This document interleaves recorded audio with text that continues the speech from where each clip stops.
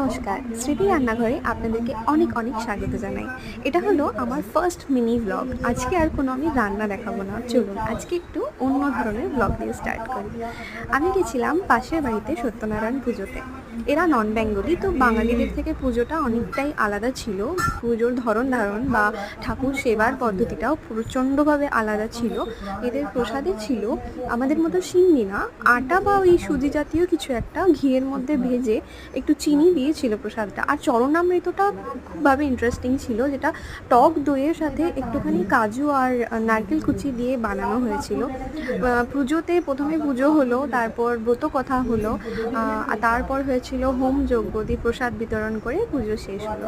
মানে পুজোটা দেখে বা পুজোতে আমিও অঞ্জলি দিয়েছি, দেওয়ার পর প্রচণ্ডভাবে মনে রিলিফ পেলাম।